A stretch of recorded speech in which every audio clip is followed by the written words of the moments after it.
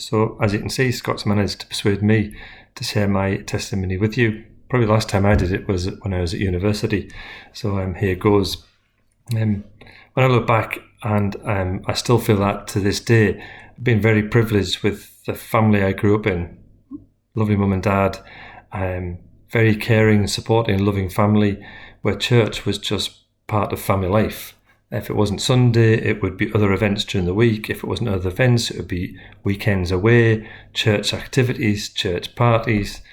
And for me, growing up, never really questioned it. You never really thought, should I go, should I not? It was just embedded in our life, which is fantastic start in life.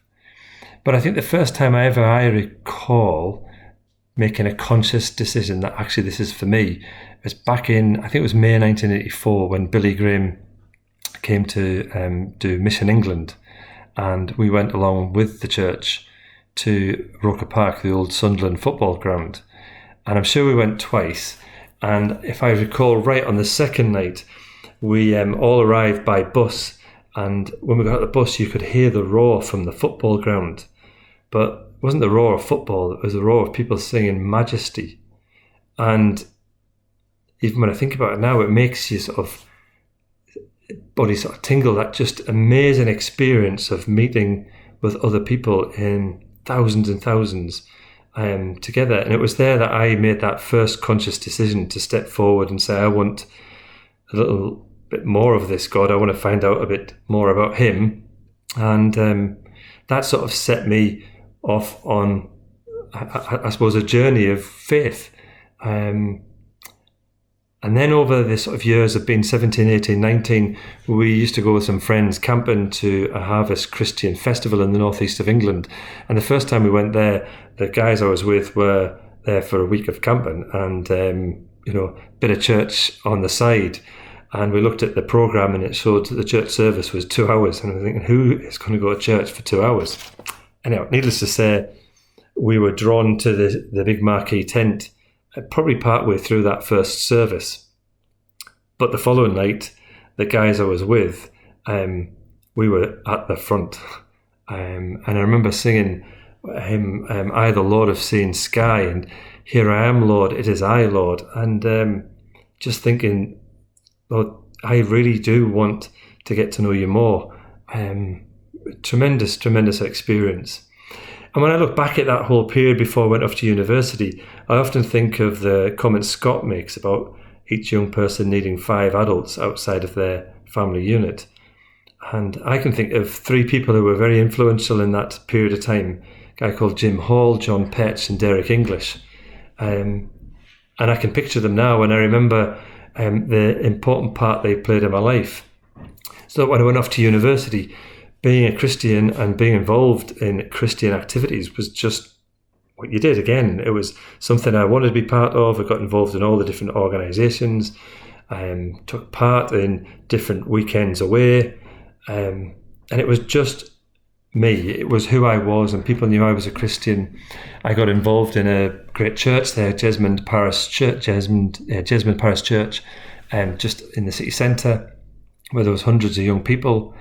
And it just felt like, why would you ever question that God existed?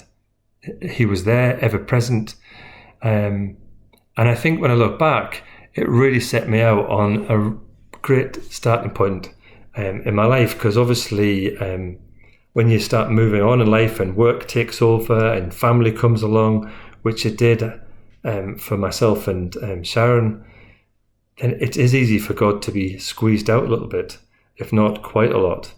And you go through the motions of going to church, involved in the myriad of church meetings, and it never feels like those moments when you first got to know God.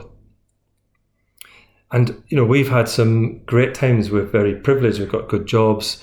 We're healthy. We've both got our parents, my sister and her family, Shan's brother and his family. And we've been blessed.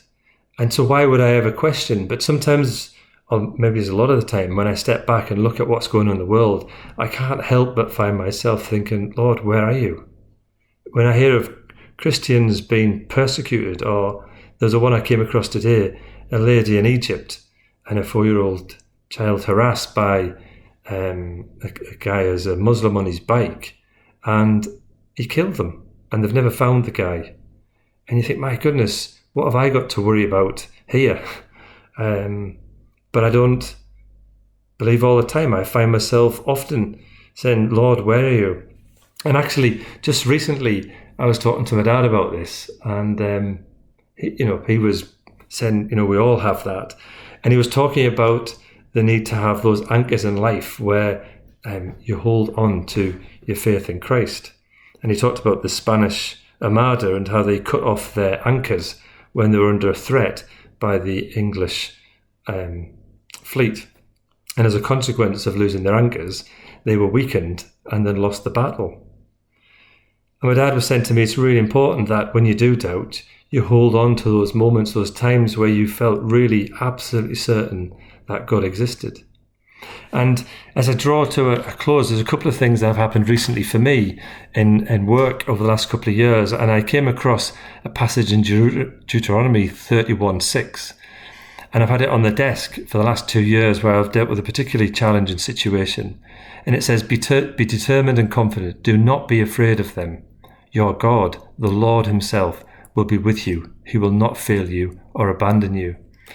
And also, when I was 15, my dad opened the Bible, as he often does when you ask him questions, and he came across Zephaniah 3 verse 17. The Lord your God is with you. His power gives you victory. And I remember that was the time where I was questioning and doubting because I was struggling with exams. And the final one that always rings true to me from when I was very young at my family, at church, and now is, O Jesus, I have promised to serve thee to the end. Be thou forever near me, my master and my friend. I shall not fear the battle if thou art by my side, nor wander from the pathway if thou wilt be my guide. And I think that's where I stand today. I still believe, I still doubt, but ultimately when I stop and listen, I can feel and know that God exists.